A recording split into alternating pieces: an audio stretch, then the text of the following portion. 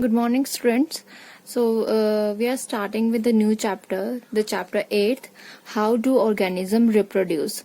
So before starting this chapter, let me tell you about about the reproduction. The living organism, there are some characters of the living organism which can respire, which show movement, are considered as a living organism. But there is other characteristics of the living organism also, that the organism which can reproduce are also included in the characteristics of the living organism. So reproduction is also the important feature of the living organism. So first of all, what is reproduction? It may be defined as the production of new generation of individual of the same species that are physically independent of their parents. So reproduction क्या है? अपनी ही जैसी ही एक species जो है अपनी ही जैसी न्यू जनरेशन के इंडिविजुअल को प्रोड्यूस करती है, that is reproduction, and which are the physically independent of their parents. So in case of unicellular, they are independent from the very beginning, and in case of multicellular organism, after some time they become independent. So reproduction simply अगर हम समझे तो एक species जो है वो अपनी ही तरह सेम इंडिविजुअल को रिप्रोड्यूस करती है and which are becoming physically independent after some time. So this is called reproduction. So next is the question in your book, that what is the importance of DNA copying in reproduction. So before telling you the answer of this question, let me tell you about the DNA copying. So first of all, this is the DNA of the mother. So I write it as mDNA, mother DNA, and this one I'm drawing the DNA of the father. So in case of fertilization is the fusion of the two gametes. जब fertilization होगी, so in case of child, यहाँ जो DNA होगा mother का DNA, it opens into two strand like this one. दूसरी side जो father का DNA है, it also opens into two sides, दो चेन्स में, क्योंकि ये दो चेन से मिलके बना हुआ है तो ये टू चेन जो है वो ओपन कर जाएंगे. और चाइल्ड में जो है यहाँ पर इसकी जो कॉपी है वो एक्चुअली डुप्लीकेट होगी. जो स्ट्रैंड है डीएनए का, इट एक्चुअली डुप्लीकेट इटसेल्फ. यहाँ पर जो इसकी नेक्स्ट कॉपी बन जाएगी, जो स्ट्रैंड है इट कॉपीज इटसेल्फ. यहाँ से मैं यहाँ ड्रॉ कर रही हूँ, तो एक कॉपी जो है एक स्ट्रैंड की यहाँ से बन जाएगी, और यहाँ से ये एंटर करेगा और यहाँ से ये जो है चाइल्ड में एंटर करेगा.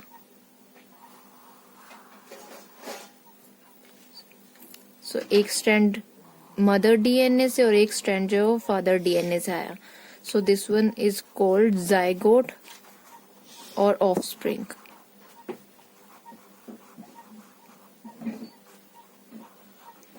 तो यहाँ पर कॉपी हो रही है डीएनए की, and actually from this copy of DNA we get the characteristics of our father or mother.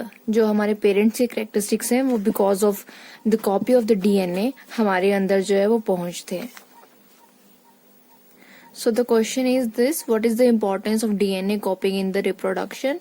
So it is very important phenomenon of the reproduction through which the organism pass on their body feature to their offsprings. DNA, which is the deoxyribonucleic acid, is the genetic material found in the chromosomes which are present in the nucleus of a cell. We all know that that DNA is present in the nucleus of a cell, and the DNA is the information site for making proteins, and such specific protein leads to specific types of body designs. DNA he actually information site है, वहाँ पे सबकी information जो है वो रहती है, and which codes actually for the proteins, or these proteins actually leads to the specific types of body design. Thus it is the DNA molecule that determines body design of an individual. Therefore, it is concluded that it is the DNA that gets transferred from parents to offsprings and make them look similar. So next question is, why is variation beneficial to the species but not necessary for the individual? So variation are actually the changes in the individual, why it is important and why it is important to the species, not for the individual. So variation are the beneficial to the species than the individual, because sometimes for a species the environmental condition changes so drastically that survival becomes difficult. जो भी variations हैं, means जो भी body में changes आ रहे हैं, वो beneficial क्यों हैं? क्योंकि species जो है वो तो similar है अपने पेरेंट्स की तरह, तो इन्वायरमेंटल कंडीशन जो है वो चेंज होती रहती हैं. उसके लिए जो है एक स्पीशीज का जो है उसमें वेरिएशंस लाना बहुत ज्यादा इम्पोर्टेंट है. For example, if the temperature of the water increases suddenly, then most of the bacteria living in that water would die. यहाँ पे एक कंडीशन दी है जिसमें बैक्टीरिया जो है वो एक्वेटिक सिस्टम में रह रहे हैं, वाटर में रह रहे हैं, and the temperature of the water increases suddenly, so it leads to the bacteria, they would die actually, and only few variants that are resistant to the heat would be able to survive. अब जो bacteria हैं वो तो सारे heat resistant नहीं है, तो क्या होगा, maximum of the strength of the bacteria they would die, but some of the bacteria which are heat resistant, because there are some variation in those bacteria, they are heat resistant and they would be able to survive. However, if these variants were not there, अगर variations नहीं आती, अगर वो variation जो है वो उन bacterias में नहीं present होती, then the entire species of the bacteria would have been destroyed. पूरी की पूरी population destroy हो जाती. Thus these variants help in the survival of the species.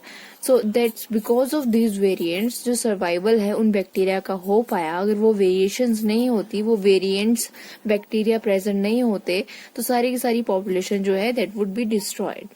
However, all variants are not necessarily beneficial for the individual organism. एक individual के लिए important नहीं है, however it is important to the species actually. So type of reproduction, there are two main type of reproduction, asexual reproduction and sexual reproduction. What is asexual reproduction? It may be defined as the production of offspring by a single parent. एक single parent यहाँ पे include होगा जो कि produce करेगा offsprings को, and it does not involve fertilization or formation of gamete. इसमें कोई fertilization नहीं होती, कोई भी formation of gametes है वो नहीं होती in case of asexual reproduction. Second one is sexual reproduction. It may be defined as the production of offsprings.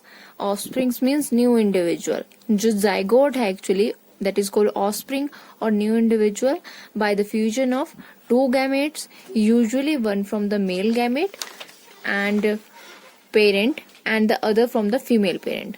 तो फ्यूजन हो रहा है सेक्सुअल रिप्रोडक्शन में, जहाँ पर जो गैमेट्स हैं वो एक जो है वो मेल पेरेंट से आ रहा है और सेकंड वन जो है वो फीमेल पेरेंट से आ रहा है, to form a diploid zygote which develops into a mature organism.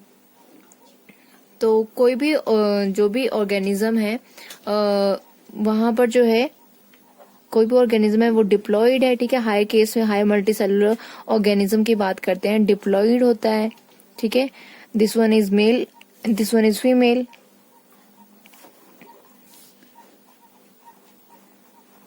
तो माइटोसिस या मियोसिस जो होती है, मियोसिस में जो है रिडक्शन ऑफ द डिवीजन है, तो एन रह जाएगा क्योंकि रिडक्शन ऑफ द डिवीजन हो रही है.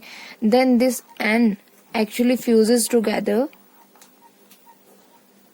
and form diploid structure, diploid zygote diploid offspring, और आप बोल सकते हो new individual. So that's how the male parent and female parent, they come through meiosis. The diploid parent gets into the haploid, और जो haploid है, ये haploid gametes जो हैं, they will form the diploid zygote which develops into a mature organism. Next one is fertilization. हम बार बार fertilization की. So it is the act of the fusion of two gametes, which is called fertilization, or fusion of two gametes to form a single zygote is called fertilization. So fertilization simply ये जो मैंने जो आपको structure draw करके दिया, that the fusion of the gametes, ठीक है, mail और फीमेल गैमेट है, टू गैमेट्स जो हैं, they form a single cell which is called zygote. So this is fertilization. Next one is about the asexual reproduction. So asexual reproduction, it does not involve the fusion of gametes and it have several types जो हम one by one discuss करेंगे. Asexual reproduction. So first one is fusion. Fusion is of two types. There are two types of fusion: binary fusion and multiple fusion. Binary fusion is actually division of the parent cell into two small, nearly equally sized identical daughter cells, and the two daughter cells then grow into the adult organism. So fusion of the single parent cell result in the formation of two unicellular organism. दो unicellular organism बन रहे हैं, इसलिए binary fusion. Bi means two. तो दो जो है fusion के थ्रू दो डोटर न्यूक्लियाई बन रहे हैं, दो डोटर सेल्स बन रहे हैं, hence it is called binary fusion. यहाँ पे मैंने अमीबा में बाइनरी फ्यूजन शो की है. बाइनरी फ्यूजन में जो cell membrane actually it splits into two half. ये टू हाफ में जो है वो चेंज हो रही है, then it form two daughter nuclei. Simply है, जो भी जो मेम्ब्रेन है एक्चुअली जो है वो स्प्लिट हो जाती है दो में, and it forms two daughter nuclei, two daughter amoeba nuclei. So this is binary fusion. What is multiple fusion? तो multiple fusion, multiple means बहुत सारे, ठीक है. Bi means two, तो multiple में बहुत सारे होंगे. यहाँ पे एक सेल ड्रॉ किया है, न्यूक्लियस, साइटोप्लाज्म. जो न्यूक्लियस है एक्चुअली वो बहुत सारे डॉटर सेल्स में मल्टीपल जो है बहुत सारे फ्यूजन जो है हो जाते हैं, मतलब बहुत सारी डॉटर सेल्स बन जाएगी यहाँ पे. And then wall of the cyst broken, ये जो वॉल है ये टूट जाएगी और सारे के सारे डॉटर सेल्स जो है वो बाहर रिलीज हो जाएंगे. सो this is called multiple fusion. This is the division of the parent cell into several small nearly equally sized daughter individual. जो डॉटर इंडिविजुअल्स है वो इक्वली साइज के होंगे बाइनरी फ्यूजन में भी और मल्टीपल फ्यूजन में भी. बस डिफरेंस इतना ये है कि वहां पर सिर्फ दो डॉटर न्यूक्लियाई बन रहे हैं और यहाँ पर मल्टीपल डॉटर न्यूक्लियाई बन रहे हैं. And the example of this multiple fusion is malarial parasite which is plasmodium. Next one division और next one asexual reproduction is fragmentation. Fragmentation में सिंपली है कुछ मल्टी सेलुलर ऑर्गेनिज्म होते हैं, they have simple body organisation like spirogyra जो कि एक filamentous alga है. It after maturation it breaks into small fragments, छोटे छोटे फ्रेगमेंट्स में टूट जाती है. एंड फ्रेगमेंट्स से स्मॉल हम बोल सकते हैं पीसीज में जो चेंज हो जाती है. एंड ईच फ्रेगमेंट में grow into a new plant. So this is the fragmentation. Examples of this fragmentation are many filamentous algae, mycelial fungi and thalloid bryophytes जो हैं fragmentation के example हैं. फ्रेगमेंट्स में टूट जाए, कोई भी एक सेल है फॉर एग्जाम्पल दिस, तो ये छोटे छोटे छोटे फ्रेगमेंट्स बना देगा और ये एक फ्रेगमेंट जो है वो न्यू प्लांट में ग्रो हो जाएगा. Then regeneration in certain organism like planaria, new individual can be regenerated from small body fragments. यहाँ पर जो है रीजनरेशन हो रही है. रीजनरेशन मीन्स कोई भी एक पार्ट है, किसी भी एक बॉडी पार्ट को रीजनरेट किया जा सकता है, ठीक है, जैसे कि नेम सजेस्ट कर रहा है. फ्रेगमेंटेशन में भी फ्रेगमेंट्स बन रहे थे, वैसे ही रीजनरेशन में रीजनरेट होते हैं पार्ट. यहाँ पे प्लेनेरिया का एग्जांपल दिया है, वहां पे कोई भी उसके अगर बॉडी फ्रेगमेंट्स को अगर हम कट कर देते हैं इनटू स्मॉल पीसेस तो वहां से पूरी की पूरी बॉडी जो है वो पूरा ऑर्गेनिज्म जो है वो रीजनरेट कर जाता है. So it is defined as the ability of an organism to regenerate its lost part of the body which have been removed as by injury के थ्रू वो रिमूव हो गया है पार्ट, वो जो लॉस्ट पार्ट है that is remove by the injury. और ऑटोटोमी क्या है, self amputation of the body parts. जैसे कि लीजर्ड में होता है, लीजर्ड जो है अपनी बॉडी में से जो टेल है दैट कट्स ऑफ और वहां से वो रीजनरेट हो जाता है part. So here is the diagram of the planaria, कैसे रीजनरेशन होती है. If we cut into it into 3 small pieces, यहाँ पे हमने 3 small pieces में कट कर दिया है. तो यहाँ आप देख रहे हैं कि small pieces जो हैं वो रीजनरेट कर रहे हैं and after some time the whole body regenerate. पूरा का पूरा organism in 3 pieces से जो है वो प्रोड्यूस हो रहा है. सो this is a type of asexual reproduction in planaria which is called regeneration. Examples planaria तो है ही है, बाकी एल्गी, फंजाई प्लांट के केस में, हाइड्रा, प्लेनेरिया स्पॉन्जेस जो है वो एनिमल के केस में रीजनरेशन हो रही है. Next one is budding. So formation of a daughter individual from a small projection, the bud arising on the parent body is called budding. एक डॉटर इंडिविजुअल अराइज करता है from a small projection which is called bud. Bud नाम दे दिया हुआ है यहाँ पे. एंड इट ऑल्सो में defined as the production of the new individual from an outgrowth of the parent individual. यहाँ पे अब पेरेंट इंडिविजुअल से कैसे ग्रोथ जो है वो हो रही है. This one is the structure of the hydra. यहाँ पर एक स्मॉल बड अराइज की है. This one is the parent hydra. Parent hydra से यहाँ पे एक डेवलपिंग बर्ड मैंने लिखा हुआ है. डेवलपिंग बर्ड जो है वो अराइज कर रही है और न्यू ऑर्गेनिज्म जो है वो कुछ टाइम के बाद ग्रो कर जाता है. इन द नेक्स्ट स्टेप जो न्यू हाइड्रा है वो separated from the parent hydra. Parent hydra separate हो जाता है और न्यू ऑर्गेनिज्म पूरा का पूरा ग्रो हो जाता है. सो this is the in case of hydra which reproduce sexually by means of budding. So this is budding. Bud like structure rise करता है और वहां से whole organism can be formed. So this is budding. Next जो division है that is by vegetative propagation वो हम next video lecture में discuss करेंगे. Thank you so much.